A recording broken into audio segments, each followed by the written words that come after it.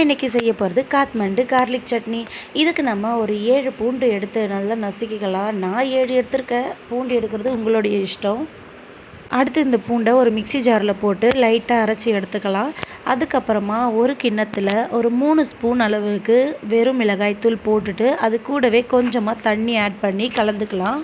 இந்த மாதிரி கரைச்சி எடுத்துக்கலாம். அதுக்கப்புறமா ஒரு வாணலில் தேவையான அளவுக்கு எண்ணெய் சேர்த்துக்கலாம். சூடானதும் அதில் 1/4 ஸ்பூன் அளவுக்கு சீரகத்தூளும் 1/4 ஸ்பூன் அளவுக்கு பெருங்காயமும் போட்டுட்டு நம்ம ஏற்கனவே அரைச்சி வச்சுருந்த பூண்டை போட்டு நல்லா கிளறிட்டு அதுக்கப்புறமா நம்ம கரைச்சி வச்சுருந்தோம் இல்லையா, அந்த மிளகாத்தூளை எடுத்து ஊற்றி நல்லா ஒரு கலக்கி விட்டுடலாம். இப்போது இதில் உப்பு சேர்த்துக்கலாம். உப்பு சேர்த்துட்டு கிளறி விட்டுட்டு கொஞ்சம் எண்ணெய் பிரிஞ்சு வந்ததுக்கப்புறமா தயிர் சேர்த்து கலந்து விட்டுட்டு கொஞ்ச நேரத்துலேயே இறக்கிடலாம். அவ்வளோதான், சுவையான காத்மண்டு கார்லிக் சட்னி ரெடி ஆகிடுச்சு. இந்த சட்னி கொஞ்சம் ஸ்பைஸியாக இருந்தது, பட் நல்லா இருந்தது. இந்த சட்னி கூடவே நான் தேங்காய் சட்னி அரைச்சி அது ரெண்டுத்தையுமே மிக்ஸ் பண்ணி சாப்பிட்டேன். அப்படி ஒரு டேஸ்ட்டு. நீங்களும் ட்ரை பண்ணி பாருங்கள். இந்த வீடியோ உங்களுக்கு பிடிச்சிருந்தா லைக் பண்ணுங்கள், ஷேர் பண்ணுங்கள் அண்ட் கமெண்ட் பண்ணுங்கள். அப்புறம் நம்ம சேனலை சப்ஸ்கிரைப் பண்ணுங்கள். தேங்க்யூ ஃபார் வாட்சிங்.